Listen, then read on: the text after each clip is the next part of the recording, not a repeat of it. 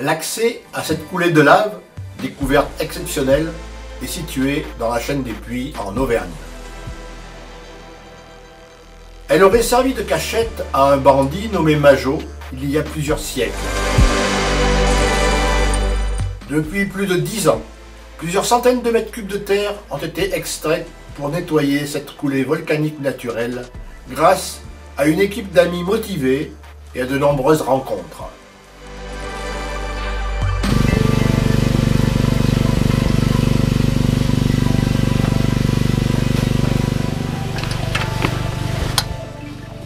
Bienvenue au trou à Majot.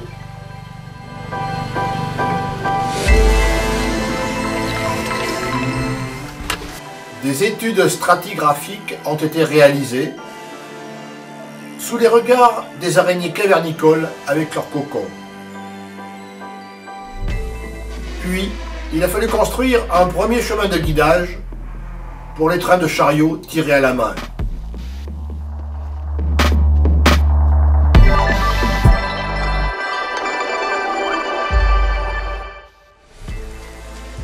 Nous avons vu, dans le premier film, que même avec les marteaux-piqueurs, nous n'arriverons pas à agrandir un trou qui nous bloquait. Il fallait donc trouver un moyen, étant sûr, après sondage, que la coulée continuait. La section d'archéologie de la commune d'Orsine a participé à des fouilles avec l'INRAP pour étudier les méthodes d'extraction des sarcophages au Clersio, plusieurs milliers, entre le 5e et le 9e siècle.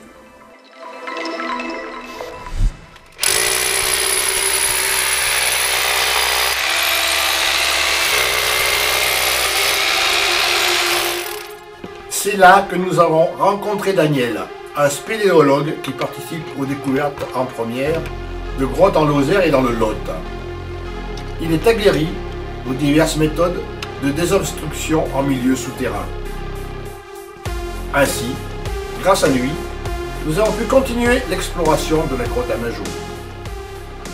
Alors, on va faire percer là, détacher cette partie-là pour récupérer la paille qui est là. Puis après on fera un deuxième ici pour tu vois, tomber un petit peu cette pointe là. D'accord. Le côté gauche on fera une autre fois parce qu'il faudra plus qu'une paille.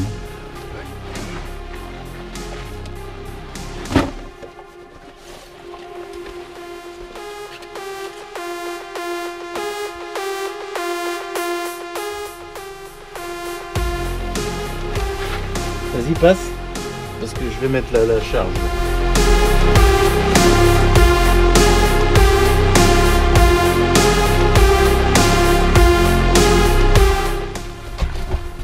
C'est pas fini, on est à sortir. Ça fait combien de loin? Moi je suis allé à une dizaine de mètres. 10 mètres déjà. En rampant.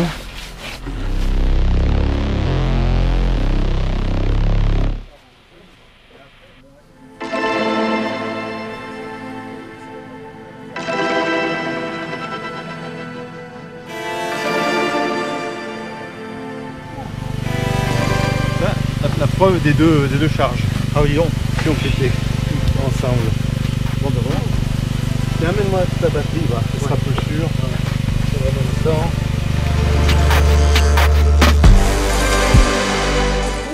C'est bon. Oui. Ah bon.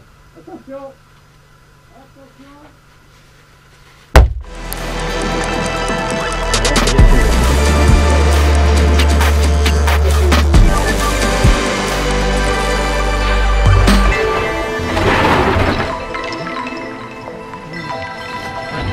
Est-ce que je peux avoir dans le seau là? Ça c'est pour mes genoux. Je peux l'avoir?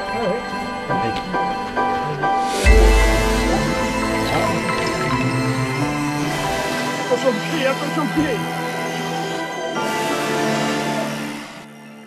Le professeur émérite Didier Miallier au trou à Majot pour essayer de mettre en place des outils afin de dater la coulée de lave. C'est de faire ce qu'on appelle les mesures de thermoluminescence. Donc, je vais sortir les grains de quartz là, tous les grains blancs. D'accord. Avec des techniques de minéralogie. Ensuite, on le fait chauffer dans un four spécial. Et on mesure la lumière que le quartz émet pendant le chauffage. Ce qu'on appelle la thermoluminescence. Donc plus il émet de lumière, plus il est vieux. D'accord. Mais Et par comparaison avec les autres échantillons que tu as? non, Non, pas même directement, parce que en fait ça dépend de la radioactivité du site. D'accord. C'est que s'il y a deux sites comme le même âge, il y en a qui est 2 fois plus radioactif que l'autre, la lumière émise sera 2 fois plus élevée au moment du chauffage. D'accord. Parce que la lumière, elle est... C'est une conséquence de l'irradiation des échantillons par la radioactivité naturelle. J'ai compris.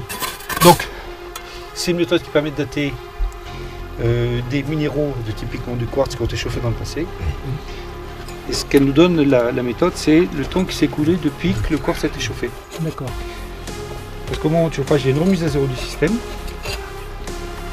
Ensuite, la coulée est refroidie, le quartz est irradié par son environnement, par la radioactivité naturelle. Et plus il est irradié, plus je vais avoir de lumière, plus je vais le chauffer. Donc pour avoir l'âge, il faut savoir la quantité, mesurer une certaine quantité de lumière, la traduire en termes de dose d'irradiation et connaître la radioactivité du site pour savoir combien chaque année le quartz a reçu. Donc tout ça, c'est sur le papier, c'est assez facile à expliquer. Dans la pratique, ça fait des mesures assez longues. On est presque au niveau du sol, là, je vais le rocher. Oui, c'est je te dis. On est dans le chenal là. Par contre, j'ai toujours pas mon tube. Non, c'est un petit tube en plastique. Là. Un tube blanc, il t'avait mis. Bon. Il a été dissous par la... J'ai quelque chose là. Bon, on l'a trouvé. Là, une chose. Voilà, donc, Ah, ça se présente donc dedans, tu as... bon, il y a un petit tube avec de la poudre. D'accord. Cette poudre, avant de la mettre, là, je l'ai mise au four chez moi, au laboratoire, à 350 degrés pendant quelques heures. Ouais. Donc comme ça, elle est remise à zéro. D'accord. Parce que la radioactivité, on la mesure par la même technique. C'est-à-dire que je fais chauffer la poudre, là. Ouais. Elle va mettre de la lumière. Et la quantité de lumière que j'ai récupérée va me donner, par comparaison, la radioactivité naturelle de cette roche-là. D'accord. Donc maintenant, j'ai plus qu'à remplir mon sac. Le sac de... Oh là,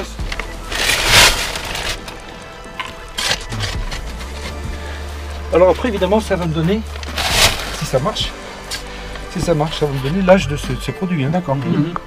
Quel rapport ils ont calculé, Oui, voilà. C'est pas très sûr. Hein. À 1000 ans près. Peut-être plus. Ça dépend, si ça a 20 000 ans, ça sera plutôt à 3000 ans près. Ah, d'accord. Ils sont combien dehors? Assez. Un ou deux, je sais pas. Et j'arrive. Ben, apparemment, oui. Afin de faciliter le déblaiement, il faut continuer le chemin de guidage et construire un chariot expérimental automatisé qui devient maintenant opérationnel. Stop!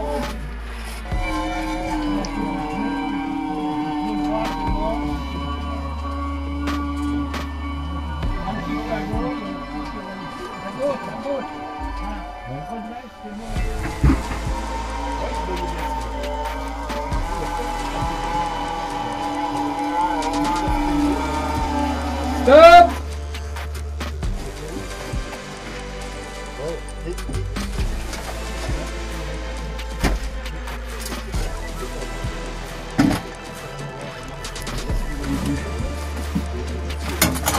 C'est bon!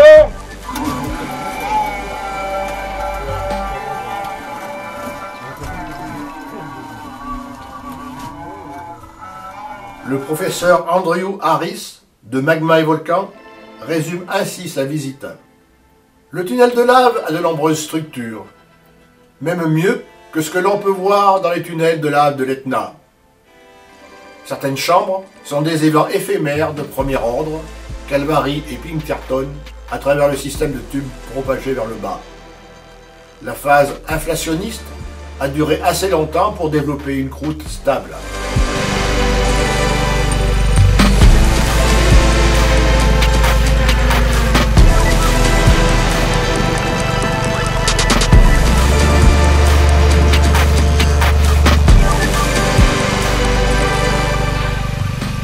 Le tunnel mis à jour a maintenant plus de 40 mètres de longueur et il devient le plus long tunnel volcanique métropolitain exploré.